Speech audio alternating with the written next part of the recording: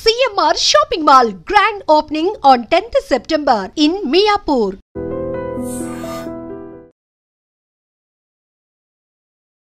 నమస్కారం, welcome to I dream. ధర్మ మార్గం విత్ విజిత కార్యక్రమానికి స్వాగతం.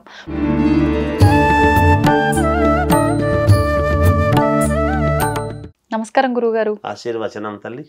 గురుగారు, మనిషి పుట్టిన తర్వాత ఏ రకంగా అయితే ఆ జాతకం చూపించి మంచి చెడులను బట్టి ఏ రకంగా చేసుకుంటారో, ఈ మధ్యకాలంలో ఎక్కువగా చూస్తున్నాం. చనిపోయినప్పుడు చనిపోయిన ప్రదేశాన్ని బట్టి, ఎక్కడ చనిపోయారు దాన్ని బట్టి కూడా చూపించి దానికి సంబంధించిన శాంతులు అని చెప్పి కొన్ని రకాల క్రతువులు చేస్తున్నారు. ఉదాహరణకి మనిషి మరణించేటప్పుడు మంచం పైనే మరణించాడు అనుకోండి, దానివల్ల ఏదైనా అనర్థం జరిగే అవకాశం ఉంటుందా? దాని గురించి వివరించండి. శ్రీ మహాగణాధిపతయే నమః. ఐం మహాసరస్వత్యే నమః. శ్రీ లలితాంబికాదేవియే నమః. అమ్మ, మామూలుగా పుట్టినప్పుడైతే ఏ తిథిలో పుట్టాడు, మంచి నక్షత్రం అవునా కాదా ఏమిటి, ఒకవేళ ఎవరేదో మేనమామ గండం కానీ లేకపోతే తల్లిదండ్రుల యొక్క గండం కానీ అవ్వాతాతలకు గండమా ఏమిటి అనేటువంటివి కొన్ని తెలుస్తూ ఉన్నాయి మనకు. అవును గురుగారు. తిథి అనేటువంటిది చాలా ముఖ్యము, నక్షత్రం అనేది చాలా ముఖ్యము. మనము ప్రతి సంవత్సరము ఉగాది పండుగలో తిథి వార నక్షత్రము అనేటువంటిది యోగము కరణం అనేది మనం చెప్పుకుంటున్నాం. అవి చాలా ప్రాధాన్యత. పుట్టినప్పటి నుంచి పెళ్లి చేసుకున్నా తిథులు ముఖ్యం. మీ పేరుతో ఏ రోజు బాగుంది నా పేరుతో అని అడుగుతూ ఉంటారు. గృహప్రవేశం చేయాలంటే ఏ రోజు గురువు గారు అని అడుగుతారు. ఆ తిథి చాలా ముఖ్యం. అలాగే ఇప్పుడు మీరు అడిగినటువంటి ప్రశ్న, చనిపోతే చనిపోయినప్పుడు కూడా ఏ తిథిలో చనిపోయినాడు, తనువు చాలించినాడు, ఏ నక్షత్రములో చాలించినాడు అనేటువంటిది ఒక విధానం. అంటే అది చనిపోతూ ఉన్నప్పుడు ప్రతివాడికి మనిషికి ఆశాజీవి మనిషి. అవును, అందరికంటే కూడా మనిషి ఆశాజీవి. నేను ఇంకా కొంతకాలము బతికుంటే బాగుండు, నేను ఇప్పుడే పోతున్నాను. మీకు 95 వచ్చిన మాట అంటాడు కానీ నాయన నాది ఎంతకాలము ఏదో రమ్మంటుంది నన్ను అది ఇది అని ఏదో అంటారు కానీ ఇంకా కొంచెం ఉండింటే బాగుండు, ఇంకా కొంతకాలం ఉండింటే బాగుండు, ఇంకొక మునిమనవాడిని చూసింటే బాగుండు అనేటువంటి ఇది ఉంటుంది. పోతూ ఉన్నప్పుడు అయ్యో పోతున్నానే అనేటువంటి బాధ, ఒక రకమైనటువంటి వేదన అనేటువంటిది మనిషికి ఉంటుంది. ప్రతి మనిషికి కూడా పోతున్న సమయంలో ఉంటుంది. తృప్తిగా పోయినాను అనేటువంటిది తక్కువ. ఎందుకంటే సమస్యలే ఎక్కువ ఉంటాయి మనుషులకు ఎప్పుడూ కూడా. సంతోషాలు ఎక్కడ ఉంటాయి? డబ్బున్న వాళ్లకు కొన్ని ఇబ్బందులు ఉన్నాయి. డబ్బున్న విపరీతంగా డబ్బులు కోట్లకు సంపాదించినటువంటి వాళ్లకు వాళ్ళకేముంటాయి అంటే, నేను ఉదాహరణకు పేర్లు చెప్పను కానీ, కొడుకు జీవితం గురించి, కొడుకు కోడలకు సంబంధించినటువంటి విషయాలు, భార్యకు సంబంధించినటువంటి విషయాలు, ఇట్లాంటివి ఏవో కొన్ని ఇబ్బందులు. వాళ్ళు ఎలా ఉంటుందో ఏమో, వీళ్ళు ఏం చేసుకుంటారో, ఇన్ని కోట్ల రూపాయలు నేను ఇంతకాలము ఉండి ఇంత జాగ్రత్తగా తీసుకొచ్చినాను, వీళ్ళు ఉంచుకుంటారో పోగొట్టుకుంటారో ఏం చేసుకుంటారో అనేటువంటి బాధ కావచ్చు. అలా అనేక రకాలు ఉంటాయి. మనం ఇది అని అనడానికి లేదు. ఇప్పుడు మీరు అన్నట్టుగా ప్రాణము పోయినప్పుడు మంచము మీద పోతే ఏమిటి? పుట్టడం ఎలా పుడుతున్నామమ్మా? ఒక్కటి, పుట్టంగానే మామూలుగా మనం ఏమీ లేకుండా వస్తున్నాం. అందుకే పోయేటప్పుడు ప్రాణము దేని మీద పోయింది? ఇంట్లో మంచం మీద పోయిందా?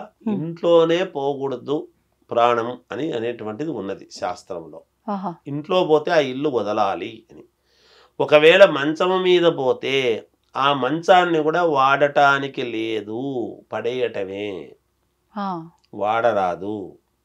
ప్రాణము పోయిన తర్వాత ఏమవుతుంది అంటే అది ప్రేతాత్మ, మామూలుగా ఇంకా జీవము లేనటువంటిది, కళేవరం. అంతకుముందు మనిషి, ప్రాణము పోయిన తర్వాత శవం, అంతే కదా. ప్రాణము లేనటువంటి దాన్ని శవం. శవం పండుకున్నటువంటి దాని మీద మళ్ళీ మనం ఎట్లా ఇదవుతాము? మనవాడే కావచ్చు. ఎట్లా అవుతుంది అట్లా?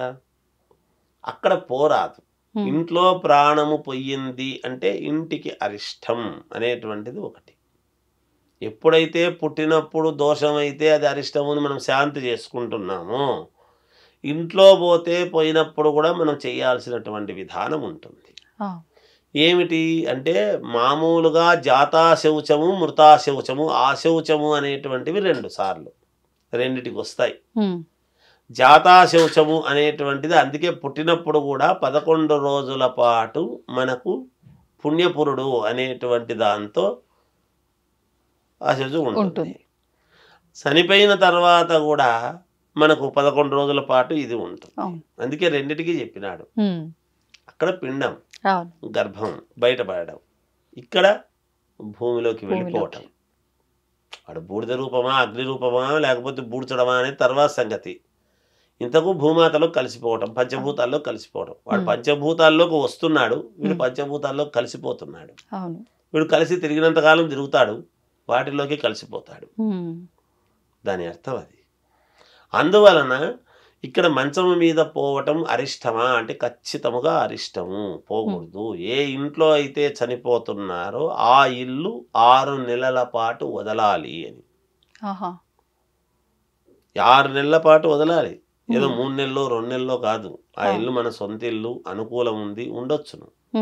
కానీ 6 నెలలు వదలాల్సిందే. ఆ ఇల్లు వదిలిపెట్టేసి ఏది ఈ 11 రోజులు 12, 13 రోజు అయిన తర్వాత వెంటనే నెలకు లోపలనే వదిలేయాలి. అది ఎట్టి పరిస్థితుల్లోనూ దీపారాధన అనేటువంటిది ఆ ఇంట్లో చేయటానికి అవకాశం ఉండదు.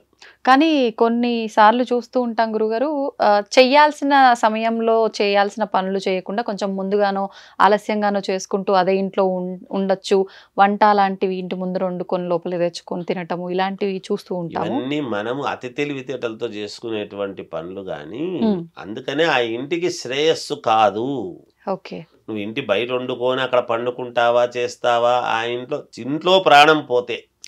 అందుకే ప్రాణము పోతుంది ఇంకా ఉండదు అని తెలిసిన తర్వాత వెంటనే బయటికి తీసుకొచ్చి పడుకోబెడతారు. అంటే పోతున్నాడు ఎంత మనవాడే అయినా 8 కోట్ల రూపాయల ఆస్తులు తెచ్చిపెట్టినా ఈరోజు ఇళ్లలో అంటే ఇంటి బయటికి తీసుకొస్తారు. ఈ రోజుల్లో ఏమైందంటే అమ్మ డబ్బు దండిగా విపరీతముగా ఉండేటువంటి వాళ్లకు ఇంత డబ్బు ఉంది కదా అంటే ఆ ఇబ్బందులు పెద్దగా కనపడవు వాళ్లకు. ఎక్కడ సమస్య వస్తుంది అంటే డబ్బు మామూలుగా ఈ మధ్యతరగతి కుటుంబాల్లో ఉండేటువంటి వాళ్లకు సమస్య వస్తుంది. మామూలుగా వాళ్ళకే ఇబ్బందులు వచ్చేది ఎప్పుడు కూడా. ఎక్కడొచ్చి మధ్యతరగతి కుటుంబీకులకి ఇబ్బందులు వస్తాయి. పూర్తి కష్టం చేసుకునేటువంటి వాళ్లకు అది ఏముంది పెద్దగా, ఆ పూటకి చేసుకున్నామా తిన్నామా, వాడికి పెద్దగా 2-3 రూములు ఉంటాయి కదా, ఒకే రూమ్ ఉంటుంది ఇంట్లో పడుకోవడానికి. వాడు ఎక్కడ పోయినా అది వాడిది కాదు, కొట్టం అక్కడ వేసుకుని కూర్చో ఇంటాడు పాపం కష్టపడేటువంటి వాడిది ఏం లేదు. మరి రోడ్లో ఉన్నట్టే ఆల్మోస్ట్ ఆల్. అంతే కాబట్టి అది పెద్ద సంగతి. మధ్యతరగతి కుటుంబీకుడికే సమస్యలు ఎప్పుడు వచ్చినా డబ్బు గురించి ఏది ప్రతిదీ కూడా ప్రతిదానికి వచ్చేది మధ్యతరగతి కుటుంబీకులకే. డబ్బులున్న వాళ్ళకి ఇవన్నీ ఏం పెద్దగా అనిపించదు. వాళ్ళది ఏముంది, ఇంత డబ్బు ఉన్నప్పుడు ఏముంది దానికి ఏముందంటే వీళ్ళకే ఇబ్బందులు వచ్చేది, అనేక రకాల ఇబ్బందులు కలుగుతాయి. అందువలన ఇక్కడ సమస్య ఏమొస్తుంది అంటే ఇంట్లో గనక జరిగింది అంటే ఇల్లు వదిలిపెట్టడం. ఆ మంచం మీద పోయినాడు అంటే ఆ మంచాన్ని వాడే అవకాశం లేదు, పడేయడమే. చాలా సార్లు అలాంటి వస్తువులు వాళ్ళకి సంబంధించిన ఇంట్లో పని వాళ్ళకి ఎవరికైనా ఇస్తూ ఉంటారు. అలా ఇవ్వచ్చు అంటారా గురుగారు? వాళ్ళు వాడుకుంటారు అంటే ఇవ్వవచ్చును, నిజానికి ఇవ్వరాదు. ఇటువంటివి ఇవ్వరాదు. ఇచ్చేదేదో ప్రేమగా ఇవ్వాలి, అంతేగాని వేరే విధంగా. అందుకే వీళ్ళు చనిపోతే దానాలు షోడశ దానాలు ఉన్నాయి. ఈ షోడశ దానాలలో శయ్యాదానము, గోదానము, భూదానము, రజిత దానము, తామ్రదానము, ఇలా కొన్ని దానాలని పెట్టారు. వస్త్రదానము. ఈ దానాలు అనేటువంటివి అన్నీ ఇస్తే ఏమవుతుంది అంటే ఇప్పుడు మనము ఏ దానము చేస్తే ఏమి పుణ్యము అంటే ఎవరికి పుణ్యము, వాళ్లకు సద్గతులు చెందడానికి, ఆత్మ సంతృప్తితో పోవటానికి. ఎటువంటి ఇబ్బందులు పడి వాళ్ళు పోయినా చేసేటువంటి కార్యక్రమము గనక ఎప్పుడైతే పద్ధతి ప్రకారముగా చేస్తారో వాళ్ళు పుణ్యలోకాలకు చేరతారు. పోయిన తర్వాత వాళ్ళు పుణ్యలోకానికి వినారో పాపలోకానికి వినారో ఇక్కడ తిరుగుతారో ఎవరికేం పట్టిందండి, మళ్ళీ అదొక ఖర్చు మాకెందుకు అనేటువంటిది వస్తూ ఉంటుంది. అంటే చేసేటువంటి దాంట్లో నువ్వు 10 తులాలు బంగారు చేస్తేనే అని కాదు, 1 గ్రాము చేస్తావా, 1 తుంట చేస్తావా అనేది నీ ఇష్టం. కానీ ఎంతో కొంత సువర్ణము, ఎంతో కొంత చెయ్యాలి. మనము హిరణ్యదానం అని ఇట్లాంటివన్నీ చెప్పి వాళ్ళు అలా బ్రాహ్మణులన్నీ కూడా చెప్పించి, అందుకే ప్రతిదానికి డబ్బు పెట్టి డబ్బు ద్వారానే ఇడిపిస్తూ ఉంటారు ఇన్ని దానాలు అని. దాంట్లో ఉంది చెయ్యాల్సింది. ఇది గరుడ పురాణం చదివితే తెలుస్తుంది. గరుడ పురాణంలో ఉండేటువంటివి ఏమేమిటి, వాళ్ళ ప్రయాణం ఎలా ఉంటుంది, ఎలా చేస్తారు, ఎలా ఉంటుంది అనేటువంటిది స్పష్టంగా అర్థమవుతుంది అనమాట పోయిన తర్వాత. ఇప్పుడు ఈ మరణించిన వాళ్ళ ఇంట్లో ఈ 11 రోజులు అయిపోయిన తర్వాత నిత్య దీపారాధన యథావిధిగా చేసుకోవచ్చు అంటారా? చేసుకోవచ్చు. మామూలుగా బయట చనిపోతే ఇంట్లో నుంచి తీసుకెళ్ళిపోయి బయట చేసి అంతా ఇది చేసిన తర్వాత 11 రోజులు అయిన తర్వాత చేసుకోవచ్చు. యథావిధిగా లక్షణంగా చేసుకోవచ్చు. పూజా కార్యక్రమాలు ఈ శుభకార్యాల్లో వీళ్ళు అంటే వేరే వాళ్ళు ఏమన్నా చేసుకున్నప్పుడు వీళ్ళు వెళ్ళడము వ్రతాలు లాంటివి లక్షణంగా పెళ్లిళ్ళకు పోవచ్చు, వేరే వాళ్ళు వ్రతానికి పిలిస్తే పోవచ్చు, చెయ్యొచ్చు. వీళ్ళ ఇంట్లో శుభకార్యాలు చేసేదానికి లేదు. ఆడపిల్ల పెళ్లి 6 నెలల లోపల చేయొచ్చనే ఉంది శాస్త్రం. అవును, ఆడపిల్లని ఇచ్చేయొచ్చు వేరే వాళ్ళ ఇంటికి. ఓకే, ఇంటికి తెచ్చుకోకూడదు కోడల్ని. దీపారాధన చేసేటువంటి కోడల్ని మన ఇంటికి తెచ్చుకున్నప్పుడు సంవత్సరికం అయ్యేంత వరకు తెచ్చుకోవడానికి లేదు. ఆడపిల్లని ఇంకొకరి ఇంటికి పంపిస్తున్నాం కదా, పంపించవచ్చు, అలా చేయవచ్చు. ఇప్పుడు ఈ సంవత్సరం తిరిగే వరకు వీళ్ళు ఎట్టి పరిస్థితిలోనూ ఈ కుటుంబ సభ్యులంతా నూతన వస్త్రాలు ధరించడం కానివ్వండి, ఇంట్లోకి ఏదైనా కొత్త వస్తువులు కొనడం కానివ్వండి, ఇలాంటి పనులు కూడా చేయకూడదు అంటారా గురుగారు? నూతన వస్త్రాలు అవి వేసుకోకూడదు. చాలా మంది వేసుకుంటున్నారు, వాళ్ళ సౌకర్యాన్ని బట్టి తీసుకుంటున్నారు, కానీ ఇదవుతున్నారు. సాంవత్సరికం అనేటువంటిది ఒకటి ఉంటుంది. మనము ఇప్పుడు మాసికాలు ఉంటాయి. ఎందుకు నూతన సంవత్సరం నూతన వస్త్రాలు ధరించరాదు అన్నాడు అంటే శాస్త్రం చెప్తాను మీకు. మామూలుగా మాసికం నెల మాసికాలు ఉంటాయి. ప్రతి నెల పెట్టేటువంటి మాసికాలు పెట్టుకుంటూ వెళ్ళి 12వది సంవత్సరికం అని ఉంటుంది. ఆ సంవత్సరికం నాడు చేసిన తర్వాత వాళ్ళు ఇంకా కొత్త బట్టలు చేసుకోవటము, ఏదైనా ఇంట్లో శుభకార్యాలు చేసుకోవడం, చెందడం, అవన్నీ కూడా పనికొస్తాయి. అంతవరకు ప్రతి నెల మాసికం అనేది ఒకటి ఉంది కదా, ప్రతి నెల చెయ్యాలి కదా. చేస్తూ ఉన్నప్పుడు మధ్యలో ఇవి ఎట్లా తీసుకుంటారు, అది కొంచెం ఇబ్బందికరం. అంతేగాని ఇంట్లో దీపారాధన చేయొచ్చు, గుళ్ళకు వెళ్ళొచ్చు, గుళ్ళల్లో పాల్గొనొచ్చు, ఎవరన్నా పెళ్లికి పిలిస్తే పోవచ్చు, పోయి రావచ్చు, అవన్నీ చేయొచ్చు, ఏం లేదు, అవన్నీ ఇవ్వచ్చు, పోయి రావచ్చు లక్షణంగా. ధన్యవాదాలు గురుగారు. జయోస్తు. తవ్వుతున్న శివలింగం సరే, దాన్ని అట్లా కప్పేసేయండి, చూపించదండి.